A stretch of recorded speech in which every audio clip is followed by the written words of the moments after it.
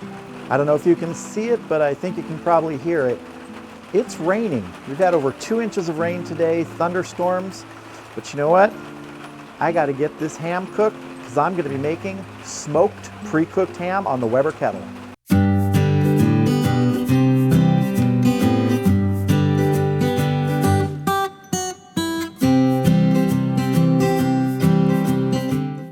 First thing I got to do in this space outside my office, which is covered by a covered patio, which isn't covering much right now with the wind blowing in sideways, I got to get my charcoal lit. Just using my propane torch for this. I'm going to get one side of this briquette basket going. All right, so I'm going to let the charcoal get going a little bit. I'm not even going to bother with hooking up the ambient temperature probe yet with the amount of moisture out here. I don't really want to get my ThermoPro wet sitting out here, so I'm just going to let this heat up probably for about 20 to 30 minutes. Then we'll come out and get the ham on it. But first, we got to go get that ham ready. It's a rare rainy day here in Southern California. That's right, it's smoking in the rain day. And today, we're going to be working with a plain Jane pre-cooked, pre-smoked ham. I did one of these last year in the electric smoker showing how you can cook a pre-smoked ham and not have to use your oven and add some more smoke flavor and some other flavors at the end. This one we're going to be doing on the Weber Kettle, and I'm going to be using peach wood for smoke, and at the end I'm going to be adding a cranberry orange glaze. But first, to get started, I want to prep this a little bit. I want to get some slits in there to allow a little bit of the smoke flavor and moisture from what I'm putting on to get in there. So I'm just going to take my knife, I'm just going to make some shallow slashes in this meat. Come around the back side, same thing. Not going really deep here.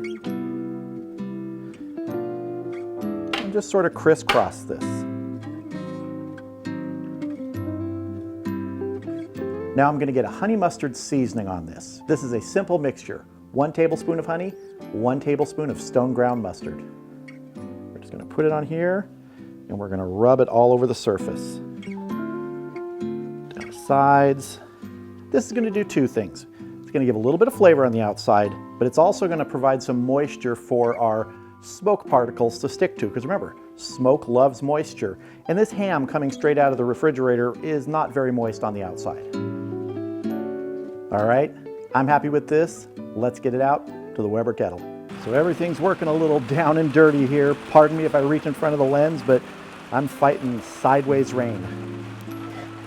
I'm actually going to put down a small little grate for the ham to rest on. That'll make it easier to lift it off when it's done. Put our ham right there.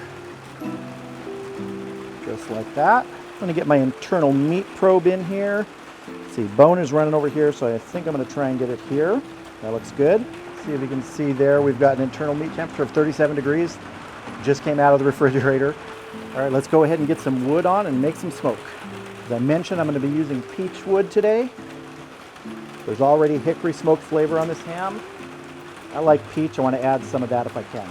All right, it's starting to catch. I'd like to let it go a little more, but I need to get the lid on this because there's some lightning and thunder in the area, and I'd kind of like to get inside. All right, I'm going to be taking this to about 120-ish degrees internal, and that's when I'm going to glaze it. My final temperature that I want is 150 degrees internal. It's already cooked. That just brings it up to a nice warm temperature for eating. All right, see you back here at about 120 degrees. All right, now I'm going to make the cranberry orange sauce that we're going to use part of that to glaze our ham when it hits 120 internal. The rest of it we're going to put on when we taste it. So we're going to start with 2/3 of a cup of orange juice. Pick your favorite orange juice. And I'm going to start the burner now and just get it on medium heat. We're also going to add 1/2 cup of water. We're going to add 2 tablespoons of white sugar, 1/2 cup of brown sugar, about 1/4 teaspoon of cinnamon. We're going to add 12 ounces of cranberries. These are from a 12-ounce bag.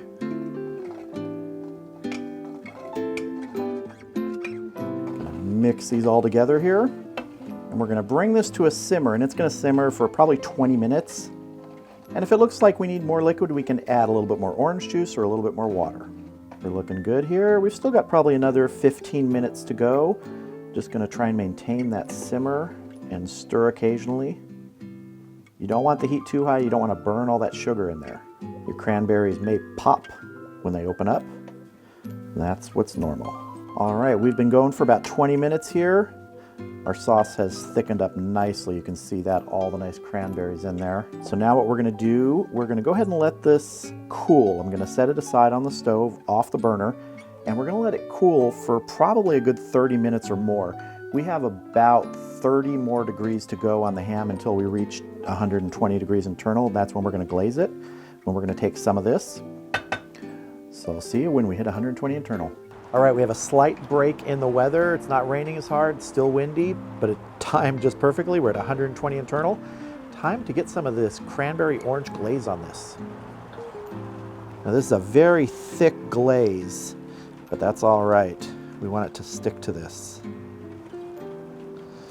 See pieces of cranberry in here. I'm gonna fill all these nooks and crannies with these cranberry pieces. All right, that's looking good. We've got about 20 or 25 degrees to go. Bring you back when we're done. All right, it is dark and we have hit 150 internal.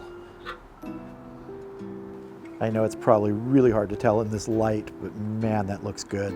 All right, time to get this off. Get my temperature probe out. Let's leave that sitting there. All right. Here is our smoked, pre-cooked ham. It smells really good. It looks beautiful. You can see this really dark color on there. That glaze, that cranberry orange glaze has just caramelized at the end here. And the smell coming off of it is pretty darn good. All right, let's cut into it.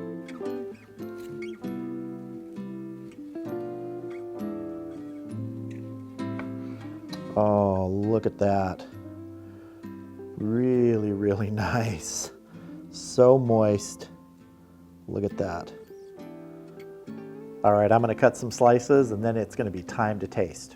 All right, so here are some slices and now I wanna put some of that cranberry orange sauce on it. I'm just gonna put a big old dollop on here. It's bombs away. I already tasted this stuff and I'm gonna have another taste right now because it is good. That's good. All right, time to taste some ham. All right, here's a piece of ham with the cranberry orange glaze on it. Now, I don't know about you, I grew up on cranberry sauce that came out of a can. This is not hard to make. If you take nothing else from this video, just look at the part about making the cranberry sauce. Completely easy. You could do it in 15, 20 minutes. And now let's see how it tastes on the ham. Oh, come on.